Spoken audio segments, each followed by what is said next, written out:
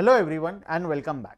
आज के क्लास में हम एक और बहुत ही इंपॉर्टेंट टॉपिक जिसका नाम है मैक्रो इकोनॉमिक गोल्स के बारे में हम लोग पढ़ेंगे। अब ये मैक्रो इकोनॉमिक गोल्स जो है ये हमारा ओडिशा के जो सेकेंड सेमेस्टर का मैक्रो एंड इंडियन इकोनॉमी का सब्जेक्ट है उसका यूनिट 1 का एक बहुत ही इंपॉर्टेंट टॉपिक है। What are macro economic goals. Exam में अक्सर ये क्वेश्चन 3 मार्क्स के अंदर में देखा जाता है। अक्सर 3 मार्क्स में ये क्वेश्चन एग्जाम में आता है। What are the macro economic goals. ठीक है, हम ओडिशा के बीकॉम के लिए पढ़ाते हैं। ऑलरेडी पूरा जो हमारा यूट्यूब चैनल है ये पूरा का पूरा ओडिशा बीकॉम के ऊपर ही बेस्ड है। हम भी ओडिशा से बिलोंग करते हैं, हमारा चैनल भी ओडिशा के बच्चों के लिए ही बनाया गया है।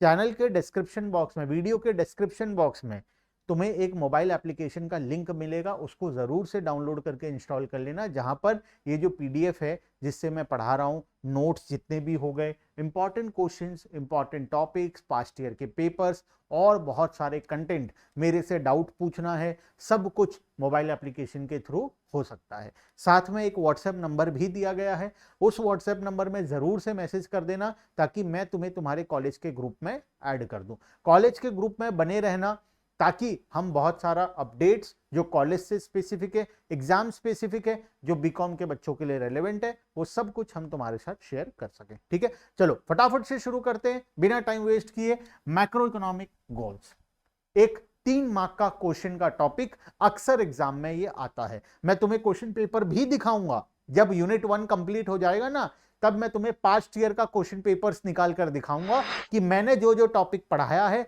मैं जो जो टॉपिक कवर किया हूं, एग्जैक्टली वही सब कुछ एग्जाम्स के पेपर में आता है। ठीक है, ओडिशा पे बीकॉम के लिए हम एक्सपर्ट हैं। बीकॉम के लिए हम एक्सपर्ट हैं बिकॉज हम कई साल से बीकॉम के स्टूडेंट को पढ़ा रहे हैं। हम सेमेस्टर 1 से सेमेस्टर 6 का हर साल क्वेश्चन पेपर का एनालिसिस कर रहे हैं, तो हम एग्जैक्टली बता सकते हैं कि क्या क्या क्वेश्चन, किस प्रकार का क्वेश्चन एग्जाम के अंदर में आता है। चैनल से जुड़ जाना। फर्स्ट पॉइंट शुरू करते हैं, macro economic goals. Point number 1, full employment. अच्छा, ये गोल का मतलब क्या होता है? What do you mean by goals? Macro economic क्या होता है ये तो हम पहले ही समझ लिए हैं। मैक्रो इकोनॉमिक क्या होता है, ये गोल्स क्या होता है? गोल्स का मतलब है हम क्या अचीव करना चाहते हैं। तुम्हारे जीवन में गोल क्या है? तुम्हारे जीवन का गोल क्या है? तुम्हें पढ़ लिख कर कोई अच्छे बिजनेस करना है। हो सकता है किसी का गोल हो पढ़ लिख कर किसी अच्छे बड़े मल्टीनेशनल कंपनी में जॉब करना हो सकता है किसी का गोल है बहुत सारा पैसा कमाना, हो सकता है किसी का गोल है शेयर मार्केट में ट्रेडिंग करके अपना बिजनेस बनाना। इस तरीके के हर इंसान का अलग अलग जीवन में गोल होता है। कोई स्पोर्ट्स प्लेयर है, कोई क्रिकेट खेलता है, कोई बैडमिंटन खेलता है, कोई एथलेटिक्स में करता है, तो कोई कुछ और करता है। हर इंसान का जीवन में कुछ ना कुछ गोल्स होता है। उसी तरीके से हम जब मैक्रो इकोनॉमिक्स पढ़ते हैं तो मैक्रो इकोनॉमिक्स का भी कुछ गोल है। मैक्रो इकोनॉमिक्स भी अपने जीवन में कुछ अचीव करना चाहता है। मैक्रो इकोनॉमिक्स भी चाहता है कि वो मैक्रो इकोनॉमिक्स का स्टडी करके वो कुछ गोल्स को अचीव करे। हम जैसे कुछ गोल्स को अचीव करना चाहते हैं वैसे ही मैक्रो इकोनॉमिक्स भी है। सबसे पहला गोल है फुल एम्प्लॉयमेंट। फुल एम्प्लॉयमेंट, हाँ सर, फुल एम्प्लॉयमेंट। इंडिया का पॉपुलेशन पता है आपको? फुल एम्प्लॉयमेंट की बात करते हो, इंडिया का पॉपुलेशन पता है? More than 140 crore. तो मैं लिख देता हूं 140 करोड़ प्लस पॉपुलेशन इंडिया में है। क्या सभी को जॉब दे पाना पॉसिबल है या नहीं है? पॉसिबल है।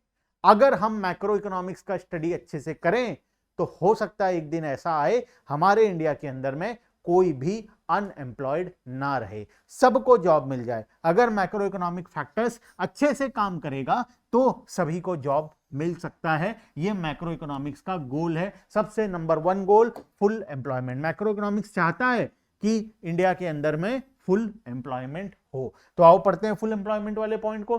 Full employment does not mean zero unemployment. Full employment का मतलब यह नहीं होता कि इकोनॉमी में हर इंसान काम कर रहा है।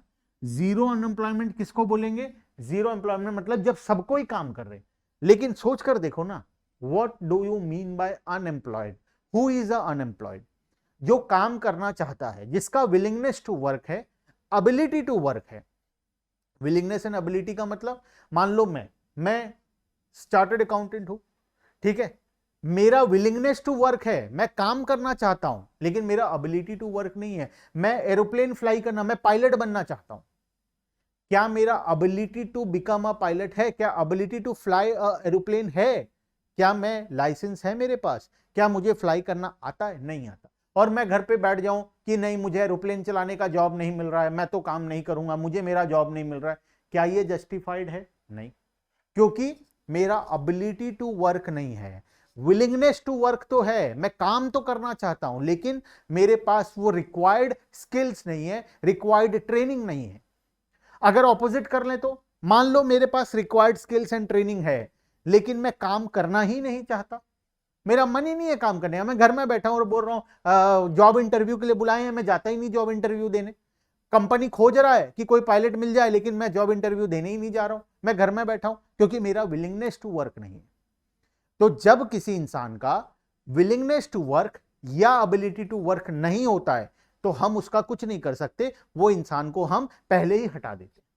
हम किसको कैलकुलेट करते हैं? उस इंसान को जिसका विलिंगनेस टू वर्क है और एबिलिटी टू वर्क है, दोनों कंडीशन अगर सेटिस्फाई हो रहा है, मेरा विलिंगनेस टू वर्क भी है, मतलब मैं पायलट बनना चाहता हूं, मैं एरोप्लेन फ्लाई करना चाहता हूं, और दूसरा मुझे एरोप्लेन फ्लाई करना आता है, मेरे पास लाइसेंस है, तो दोनों जब होगा तो एक और कंडीशन एप्लीकेबल हो जाएगा, तीसरा कंडीशन भी आ जाएगा। जब दोनों सेटिस्फाई होगा तब हम चेक करेंगे तीसरा कंडीशन। तीसरा कंडीशन क्या है? एग्जिस्टिंग वेज रेट पर मैं काम करूंगा। आओ एग्जांपल के साथ समझाता हूं। ये है मिस्टर भुतलू, ठीक है। भुतलू क्या करता है? भुतलू पायलट, आज एरोप्लेन तेरा भाई चलाएगा, ये बोलता है आज एरोप्लेन तेरा भाई चलाएगा। तो इसके लिए क्या चाहिए? विलिंगनेस, और दूसरा क्या चाहिए? एबिलिटी। विलिंगनेस का मतलब इसको एरोप्लेन चलाने का मन होना चाहिए, और दूसरा इसको एरोप्लेन चलाना आना चाहिए, इसके पास रिक्वायर्ड ट्रेनिंग होना चाहिए, इसके पास रिक्वायर्ड लाइसेंस होना चाहिए, सब कुछ होना चाहिए। तो जब ये दोनों कंडीशन सेटिस्फाई हो जाएगा तब हम चेक करेंगे तीसरा कंडीशन। तीसरा कंडीशन क्या बोलता है? Existing wage rate.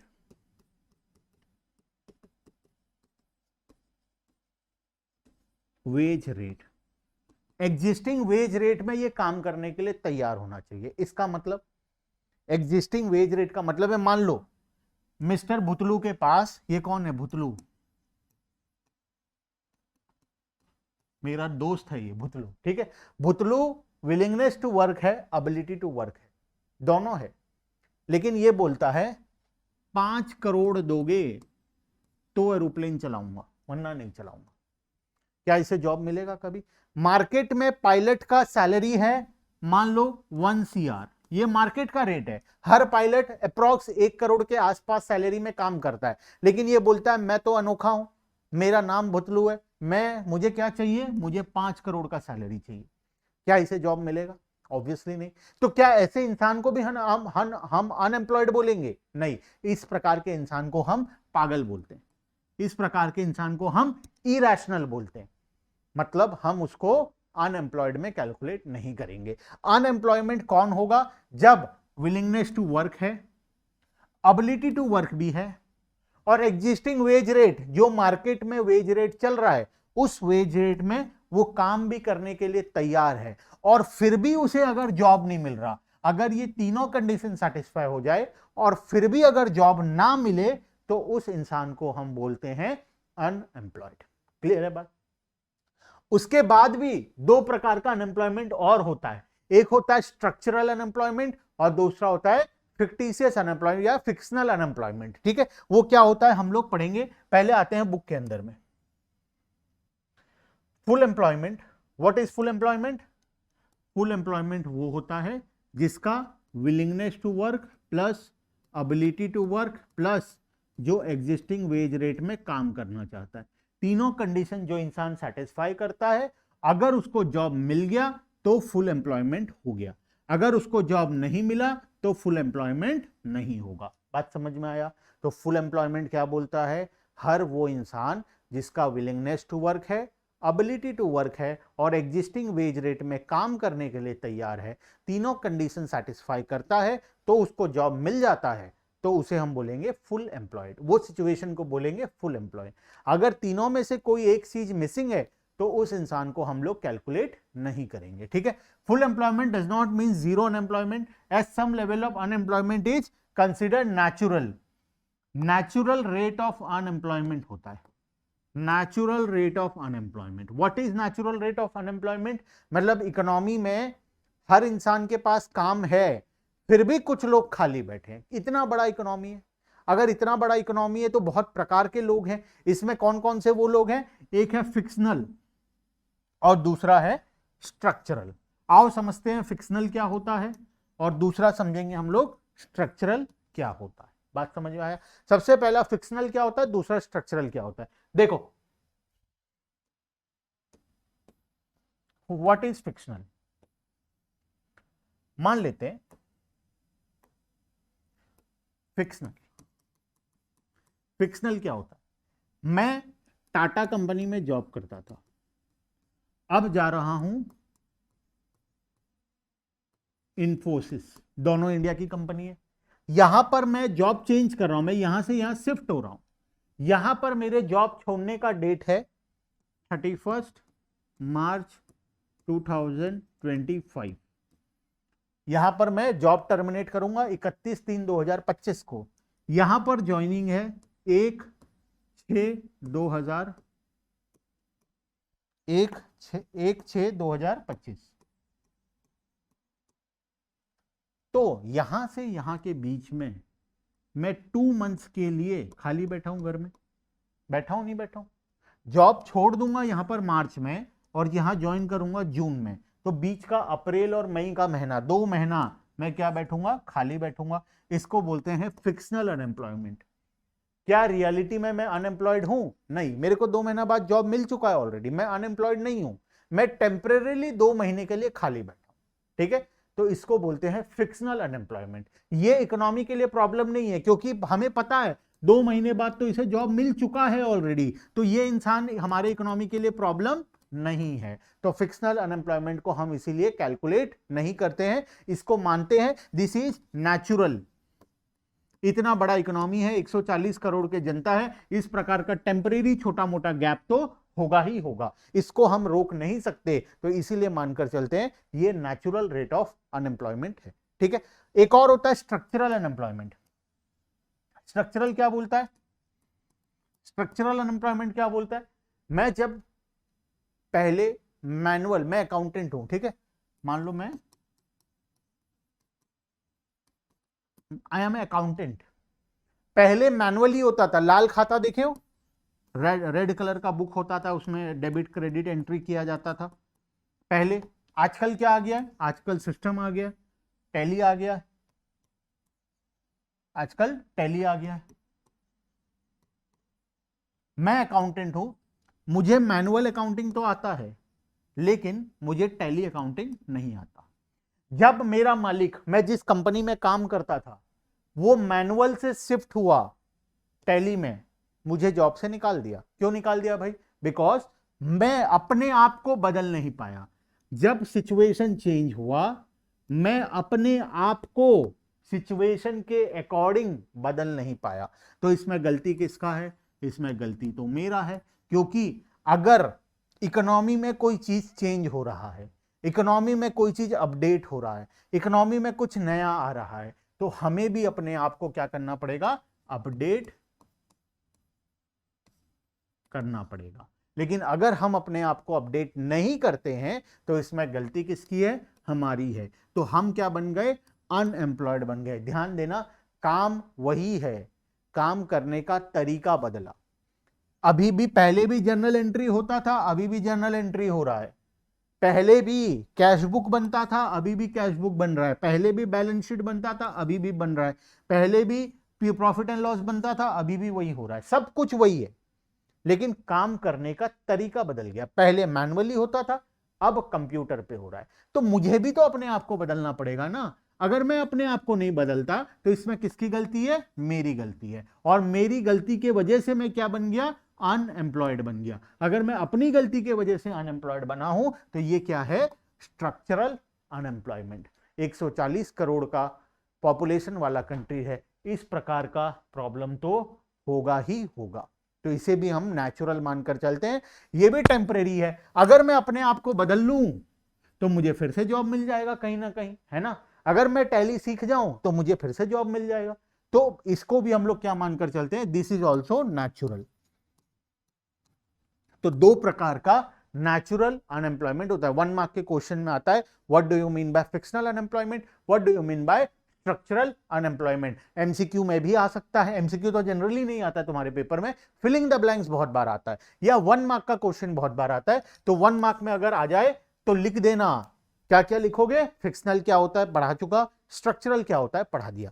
अगर what are the 2 types of natural unemployment आ जाए तो क्या क्या होगा, fictional unemployment and structural unemployment. Clear है बात, मेरे हिसाब से कॉन्सेप्ट पूरा क्लियर है। चलते हैं आगे पॉइंट नंबर 2 में। पॉइंट नंबर 2 क्या बोलता है, पॉइंट नंबर 2 बोलता है price stability. What is price stability, price stability का मतलब होता है इन्फ्लेशन को कंट्रोल करना। प्राइसेस ना ज्यादा इंक्रीज हो ना ज्यादा डिक्रीज हो, जो प्राइसेस है वो ऑन एन एवरेज उतना चले। क्योंकि प्राइस जब किसी भी इकोनॉमी में इंक्रीज होता है, इन्फ्लेशन होता है, तो इकोनॉमी के ऊपर बहुत बुरा इंपैक्ट होता है उसका। इकोनॉमी में गुड्स एंड सर्विसेज का डिमांड कम हो जाता है, और डिमांड कम हो जाने से इकोनॉमी ऑटोमेटिकली स्लो डाउन हो जाता है। तो हमें क्या करना है, हमें इन्फ्लेशन को कंट्रोल करना है, ना प्राइस को ज्यादा इंक्रीज होने देना है ना ज्यादा डिक्रीज होने देना है। जितना प्राइस है उसी के आसपास उसे मेंटेन करके चलना है। तो ये होता है प्राइस स्टेबिलिटी, हमें स्टेबल करना है, स्टेबल करना है, हमें प्राइस स्टेबल करना है। स्टेबल नहीं करेंगे, प्राइस बार बार फ्लक्चुएट करेगा तो इकोनॉमी में बहुत सारे प्रॉब्लम्स आएंगे। अगर सोचकर देखो, दुकानदार के लिए प्राइस बार बार बदल रहा है, कभी इंक्रीज हो जा रहा है कभी डिक्रीज हो जा रहा है, तुम्हें नहीं लगता बिजनेस बहुत ज्यादा अनसर्टेन हो जाएगा। बिजनेस में कोई बिजनेसमैन बड़ा रिस्क लेने के लिए तैयार नहीं होगा, बहुत सारे बिजनेस स्लो डाउन हो जाएंगे, इकोनॉमी ऑटोमेटिकली स्लो डाउन हो जाएगा। It helps in keeping inflation in check and moderate inflation in generally considered acceptable. Moderate inflation मतलब थोड़ा मोड़ा प्राइस चेंज, मॉडरेट, मॉडरेट का मतलब थोड़ा मोड़ा प्राइस चेंज इकोनॉमी को एक्सेप्टेबल होता है, चलता है। ज्यादा हो जाए तो दिक्कत है। हाउएवर हाई और unprecedented inflation erodes purchasing power, decision making and efficiency of market. अगर इन्फ्लेशन ज्यादा हो जाए, अनप्रेसिडेंटेबल इन्फ्लेशन हो जाए, हाई इन्फ्लेशन हो जाए, तो इसकी वजह से इकोनॉमी में क्या क्या प्रॉब्लम्स आएंगे, पहला परचेजिंग पावर कम हो जाएगा, दूसरा डिसीजन मेकिंग खत्म हो जाएगा, और तीसरा बिजनेस का एफिशिएंसी भी कम हो जाएगा। तो तीनों प्रकार के प्रॉब्लम जनरली इकोनॉमी के अंदर में आना शुरू हो जाएंगे। क्लियर है बात। पॉइंट नंबर 2 बहुत ही आसान सा पॉइंट, प्राइस स्टेबिलिटी। चलते हैं पॉइंट नंबर 3 में। पॉइंट नंबर 3 क्या बोलता है, इकोनॉमिक ग्रोथ। मैक्रो इकोनॉमिक चाहता है कि इकोनॉमी का क्या हो, ग्रोथ हो, हर साल इकोनॉमी तेजी से ग्रो करे। ये किसका गोल है, मैक्रो इकोनॉमिक का। हम चाहते हैं ना हमारा बिजनेस हर साल ग्रो करे, ये हमारा गोल होता है, हमारे बिजनेस का गोल होता है। तो मैक्रो इकोनॉमिक्स का गोल है कि इकोनॉमी हर साल कंटिन्यूअसली तेजी से ग्रो करे। वो कैसे करेगा, economic growth involves increasing the overall production, increasing the overall production of goods and services in the economy over time। Overall production, total production हमारे इकोनॉमी में राइज होना चाहिए। मैं कुछ इंपॉर्टेंट चीजों को मार्क करता हूं, मैं जो मार्क करता हूं ना उसको ध्यान से देखा करो। मोबाइल ऐप डाउनलोड करोगे तो तुम्हें नोट्स भी मिल जाएगा सारा, ठीक है। तो overall production of goods and services in an economy over time, sustainable economic growth. What do you mean by sustainable, बचपन में पढ़े हो, सस्टेनेबल डेवलपमेंट पढ़ाए होंगे ईवीएस में, सेमेस्टर 1 में भी पढ़े होंगे ईवीएस अगर तुम्हारा था तो। Sustainable development, what do you mean by sustainable development. मैं तुम्हें एक एग्जांपल से समझाता हूं सस्टेनेबल डेवलपमेंट एक्चुअली क्या होता है। मान लो ये तुम्हारा गुल्लक है, ये तुम्हारा गुल्लक है, इसमें तुम हर रोज पैसे डालते हो और पैसे निकालते हो, पैसे इनफ्लो भी होता है, पैसे का आउटफ्लो भी होता है, ठीक है। इस गुल्लक में फिलहाल अभी कितने रुपए हैं, 1000 रुपीज अभी इसमें अंदर है। अगर तुम हर रोज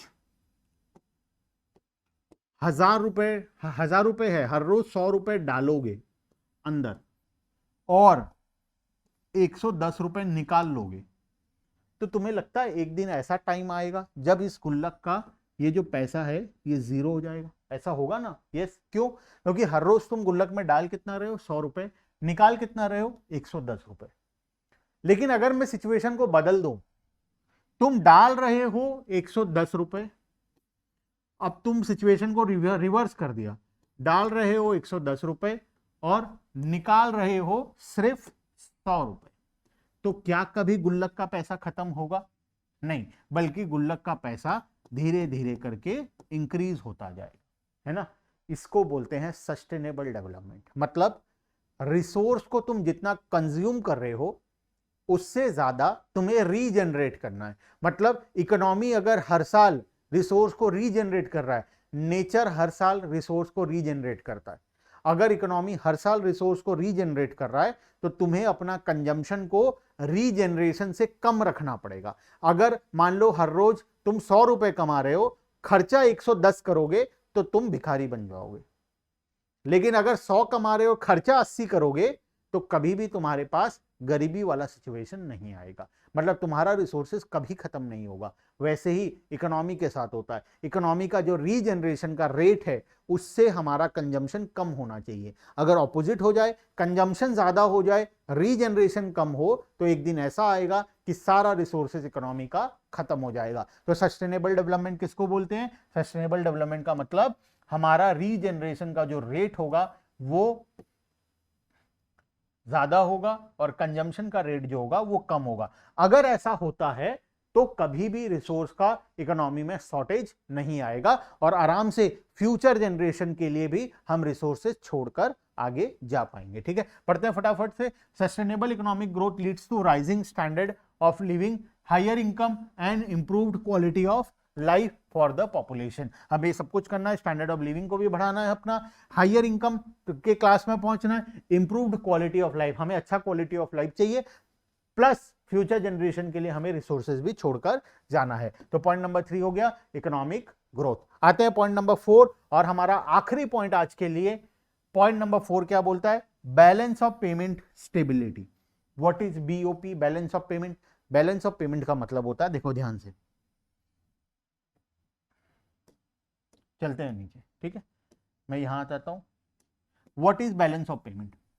बैलेंस ऑफ पेमेंट क्या बोलता है? हम हर साल फॉरेन कंट्री के साथ ट्रांजैक्शन कर रहे हैं, ठीक है, हम गुड्स इंपोर्ट करते हैं, गुड्स एक्सपोर्ट करते हैं, ठीक है। मैं मान लो हर साल इंपोर्ट कर रहा हूं, हर साल हम लोग एक्सपोर्ट भी करते हैं। जब हम इंपोर्ट करते हैं तो हमें क्या करना पड़ता है? पेमेंट करना पड़ता है। किस में पेमेंट करते हैं हम लोग? डॉलर्स में पेमेंट करते हैं, फॉरेन एक्सचेंज में पेमेंट करते हैं। और जब हम लोग एक्सपोर्ट करते हैं तो हमें पैसा रिसीव होता है। कौन से करेंसी रिसीव होता है? डॉलर रिसीव होता है। तो जब हमारा foreign transaction, export and import, इसको बोलते हैं balance of payment. Balance of payment क्या होता है? अगर हमारा export is more than import तो हमारा बीओपी क्या रहेगा? सरप्लस रहेगा। सरप्लस का मतलब अगर हम एक्सपोर्ट ज्यादा करेंगे तो हमें फॉरेन एक्सचेंज ज्यादा मिलेगा। अगर फॉरेन एक्सचेंज ज्यादा मिलेगा तो हमारे पास कभी भी फॉरेन एक्सचेंज का शॉर्टेज नहीं होगा। हम हमेशा कहां चलेंगे? सरप्लस में चलेंगे। लेकिन वही चीज अगर हम हर साल, मान लो हमारा इंपोर्ट ज्यादा है, एक्सपोर्ट कम है, तो उससे क्या होगा? हम लोग डेफिसिट हो जाएंगे। डेफिसिट हो जाएंगे। डेफिसिट का मतलब हमारे पास फॉरेन एक्सचेंज का शॉर्टेज हो जाएगा। हमारे पास फॉरेन एक्सचेंज का शॉर्टेज हो जाएगा। क्लियर है बात? तो हमें क्या करना है? बीओपी को मेंटेन करके चलना है, बैलेंस ऑफ पेमेंट को हमेशा मेंटेन करके चलना है। The balance of payment refers to the record of all economic transactions between a country and the rest of the world. मतलब हम फॉरेन कंट्री के साथ जो भी ट्रांजैक्शन कर रहे हैं ये आता है हमारा बैलेंस ऑफ पेमेंट के अंदर में।